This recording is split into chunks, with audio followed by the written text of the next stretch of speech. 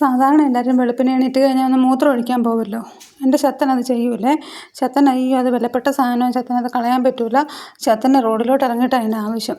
രാവിലെ നടക്കാൻ ഇറങ്ങുമ്പോൾ ആ വണ്ടിയെ തൊട്ട്, വീട്ടിലിരിക്കുന്ന വണ്ടിയിൽ തൊട്ട് പിന്നെ അങ്ങ് തളിക്കലോട് തളിക്കലാണ്. ഞായറാഴ്ച ഞങ്ങളൊരു 6 മണിയായിട്ട് നടക്കാൻ ഇറങ്ങത്തുള്ളൂ. ബാക്കി എല്ലാ ദിവസവും 5:30-ക്ക് പോകും. അത് ഈ നാട്ടുകാരെ പേടിച്ചിട്ടാണ് കേട്ടോ, വേറൊന്നുമല്ല. നാട്ടുകാർക്ക് രാവിലെ കണി കാണുന്നത് ഇഷ്ടമല്ല എൻ്റെ കുഞ്ഞിനെ. പട്ടി കാലനാ. പട്ടിയെ കണി കണ്ട അവർക്ക് ഏതാണ്ടങ്ങ് ആപത്ത് സംഭവിക്കുന്നു.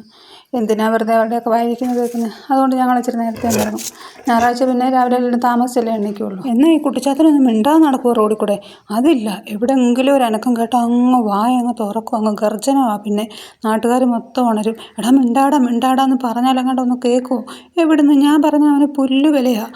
അതേസമയം അപ്പം പറയണം, എന്തെങ്കിലും ഒരു കാര്യം അപ്പം പറഞ്ഞു കഴിഞ്ഞാൽ അപ്പം അനുസരിക്കും.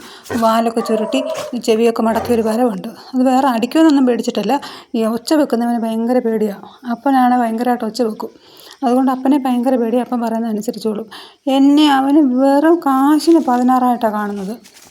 പിന്നെ ഇവന് ഈ മൂത്രം ഒഴിച്ച് കഴിഞ്ഞിട്ടേ എപ്പോഴും പനിനീര് കളിച്ചിട്ട് ഒരു ചവിട്ട് നാടകമുണ്ട്. അതെന്തിനാണെന്ന് എനിക്ക് അങ്ങോട്ട് മനസ്സിലാകുന്നില്ല. എന്ത് കണ്ടിട്ടാണെന്ന് എനിക്കറിയത്തില്ല. എൻ്റെ മോനാണെങ്കിൽ എപ്പോഴും പറയും, അമ്മ ഒറ്റ ഒരാളാണ് അവനെ പഠിപ്പിച്ച് വെച്ചേക്കുന്നത്, അവനെ അതുപോലെ അങ്ങ് കൊഞ്ചിച്ച് വഷളാക്കിയെന്ന്. ശരിയാ, എനിക്കിഷ്ടമാണ് അവനെ കൊഞ്ചിച്ച് ഞാനങ്ങ് വഷളാക്കി. എന്തോ ചെയ്യാനാ, എനിക്കിഷ്ടമാണ്. ഇച്ചിരി താന്തോന്നിത്തരമൊക്കെ എനിക്കിഷ്ടമാണ്.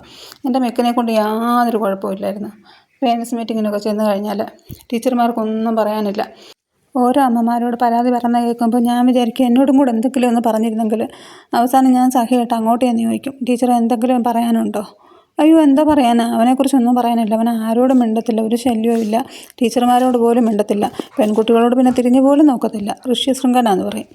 അതേസമയം തേണ്ടിരിക്കുന്ന ഒരു കാട്ടുമാക്കാനെ, അയ്യോ ഇവൻ കാട്ടുകോഴിയാണ്. അവൻ ഋഷ്യശൃംഖനാണെങ്കിൽ ഇവൻ കാട്ടുകോഴി. അയ്യോ, പെണ്ണിനെ കണ്ടു കഴിഞ്ഞാൽ പിന്നെ ഇവ കാണിക്കുന്ന പരാക്രമങ്ങൾ എന്തൊക്കെയാണോ എൻ്റെ ഈശ്വരോ. സുനാ കണ്ടിച്ചത് കാര്യമായി, അല്ലെങ്കിൽ ഇവൻ എവിടെ പോയേനെ ഇപ്പം.